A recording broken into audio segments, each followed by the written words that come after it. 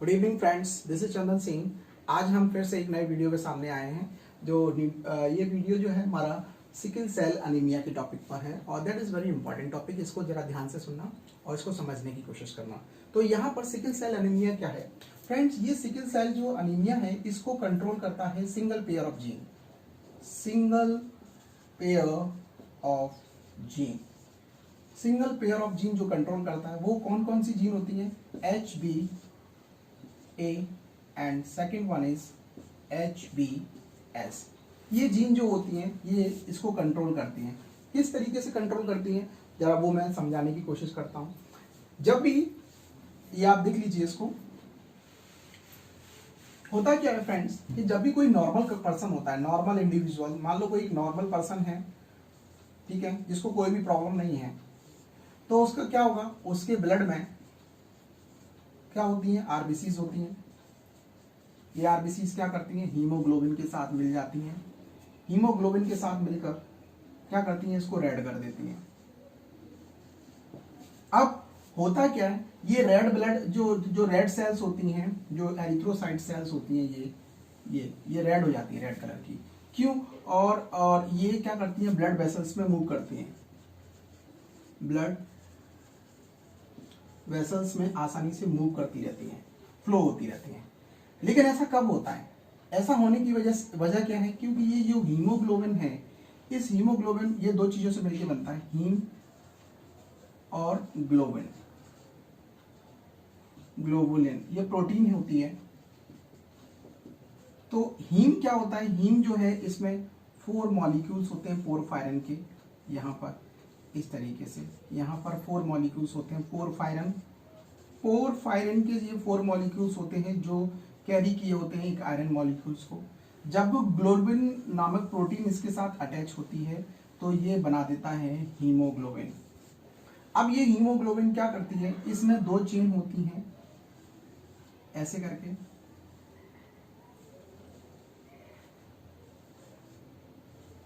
ये एक चेन कहलाती है अल्फा चेन, दूसरी चेन कहलाती है बीटा चेन, जिसमें कई सारे कोड होते हैं, चेन लगे होते हैं इन पर 1 2 3 4 ऐसे करके 1 2 3 4 5 6 7 8 एडेटस ऐसे करके नंबर ऑफ जीन्स लगे होते हैं। क्योंकि एक जीन पे लगभग 64 कोडॉन होते हैं जो कि अलग अलग इंफॉर्मेशन को कैरी करके रखते हैं। तो जो नॉर्मल पर्सन होता है फ्रेंड, उसमें क्या कहानी होती है? उसमें ये होता है कि उस नॉर्मल पर्सन की जो बीटा चेन होती है, ये वाली, ये बीटा चेन, इस बीटा चेन में जो 6 नंबर होता है, ये यहाँ पर 6 नंबर में 6 नंबर के पॉइंट पर बीटा चेन जो है यहाँ पर एक तरीके का यहाँ पर क्या प्रेजेंट होता है, एक जो आपका कोडॉन प्रेजेंट होता है जिसका नाम है GAG। इस GAG से एक रिलीज होता है एक अमीनो एसिड्स जिसे बोलते हैं ग्लूटामिक एसिड।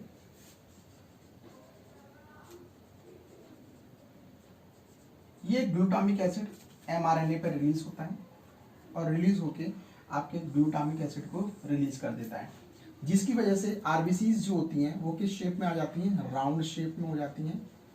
आरबीसीज का जो शेप होता है वो राउंड प्लस फ्लेक्सिबल हो जाता है। राउंड एंड फ्लेक्सिबल शेप की वजह से ये ब्लड वेसल्स के अंदर आसानी से क्या कर जाती हैं? फ्लो कर पाती हैं, मूव कर पाती हैं, ठीक है ना? तो ये कहानी है नॉर्मल पर्सन्स की। पहले आप इस चीज को समझ लीजिए। एक नॉर्मल पर्सन है जिसके ब्लड में आरबीसीज होती हैं जो हीमोग्लोबिन को कैरी करके रेड कलर में कन्वर्ट हो जाती हैं और ये ब्लड में मूव करती रहती है। मूव करने के लिए उनकी शेप का कंट्रोल होना बहुत जरूरी है। शेप राउंड और फ्लेक्सिबल नेचर में कब आएगी? जब उसकी हीम की जो स्ट्रक्चर्स में जो चेन बनी हुई है, एक अल्फा चेन एक बीटा चेन, तो बीटा चेन में जो 6 पोजीशन होती है उस पर GAG नामक एक प्रेजेंट होता है कोडॉन, जिससे निकलता है एक अमीनो एसिड। ये अमीनो एसिड का नाम कहलाता है ग्लूटामिक एसिड, जो mRNA पे रिलीज होके एंटीकोडॉन में कन्वर्ट होके बाइंड अप हो जाता है, ठीक है ना? और टाइप ऑफ प्रोटीन्स यानी कि टीआरएनए पे क्या होता है कि टीआरएनए का जो क्लोवर लीफ मॉडल होता है उस पर क्या होता है, नीचे मैसेंजर आरएनए जो है वो बाउंड रहता है, जिसके ऊपर टीआरएनए क्या करता है, अलग अलग टाइप के कोडॉन्स बनाता है, उसके रिस्पेक्ट में एंटी कोडॉन बनते हैं और टीआरएनए इस तरीके से एक स्पेशल टाइप की प्रोटीन्स बनाता है। तो वो प्रोटीन्स क्या होती हैं, वो आरबीसीज की शेप और साइज को मेंटेन करके रखती हैं। तो ऐसा एक नॉर्मल पर्सन में देखने को मिलता है। लेकिन जिस पर्सन को सिकल सेल एनीमिया की प्रॉब्लम हो जाती है, जिस पर्सन को सिकल सेल एनीमिया की प्रॉब्लम हो जाती है, उसके साथ में क्या होता है, तो उसके साथ में क्या होता है फ्रेंड्स, यहाँ पर मैं इसको बता देता हूँ, थोड़ा हटाने की कोशिश करता हूँ, आप इसका स्क्रीनशॉट भी ले सकते हैं, ठीक है ना। तो यहाँ पर क्या हो रहा है, देखिए, जिसको सिकल सेल एनीमिया हुआ है उसकी कंडीशंस क्या होगी, तो उसकी कंडीशंस में क्या होगा फ्रेंड्स, जो आपके पोरफायरिन मॉलिक्यूल्स ये हैं, ठीक है ना, ये आपकी बीटा चेन है, ये अल्फा चेन है, इस तरीके से ये अल्फा चेन हो गई, ये बीटा चेन हो गई। तो जो 6 नंबर की पोजीशन होती है, 6 नंबर की, इस पोजीशन पे क्या पाया जाता है, GAG ग्लूटामिक एसिड यहाँ से रिलीज निकलता है, ग्लूटामिक एसिड, ये अमीनो एसिड निकलता है। इसकी जगह पर चेंज आ जाता है, क्या आ जाता है, GUG, जो कि अमीनो एसिड बनाता है ग्लूटामिक एसिड के रिस्पेक्ट में, जिसको बोलते हैं वेलाइन। तो ग्लूटामिक एसिड किस में कन्वर्ट हो रहा है, वेलाइन में कन्वर्ट हो रहा है, जिसकी वजह से इसकी जो शेप है, किसकी, आरबीसीज की, आरबीसीज की जो शेप है वो कैसी हो जाती है, सिकल शेप। तो आरबीसीज की जो शेप है फ्रेंड्स वो कैसी हो जाती है, सिकल शेप। तो या फिर इसको हम बोल सकते हैं क्रिसेंट मून, क्रिसेंट मून की फॉर्म में भी इसकी शेप मतलब बदल जाती है, यानी कि हैशी आकार। इसको मैं दिखा देता हूं, ये कुछ इस तरीके की शेप को कैरी करके रखता है ये। तो ये इसकी सिकल शेप होती है। राउंड शेप में क्या होता है, सिंपली ये राउंड स्ट्रक्चर होता है बिल्कुल, ठीक है ना।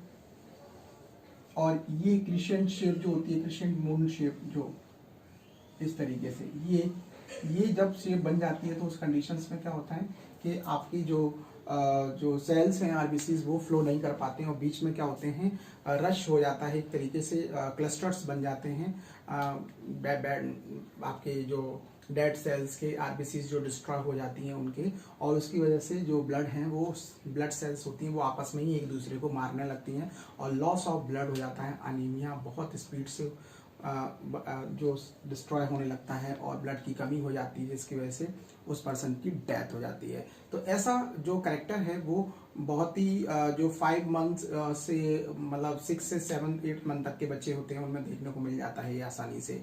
ये बहुत ही रेयर केसेस में देखने को मिलता है, 3 में से किसी एक इंडिविजुअल्स में ये देखने को मिल सकता है, ठीक है ना। तो इसकी जो पॉसिबिलिटीज है वो बहुत रेयर केसेस में देखने को मिलती है। तो ये एक छोटी सी लिटिल बिट इन्फॉर्मेशन है, ये आपको कैसी लगी ये आप जरूर बताना। यहाँ पर इस पॉइंट को समझना बहुत जरूरी है कि यहाँ पर जो ग्लूटामिक एसिड है वो किस में चेंज हो रहा है, वेलाइन। वेलाइन की वजह से इसका स्ट्रक्चर बदल जाता है, जो सिकल शेप या क्रिसेंट मून्स की शेप में आ जाता है, जिसकी वजह से आरबीसीज जो है वो डिस्ट्रॉय होने लगती हैं। इस प्रॉब्लम को बोलते हैं सिकल सेल एनीमिया। तो ये वीडियो आपको कैसा लगा फ्रेंड, जरूर बताइए। तब तक के लिए थैंक यू।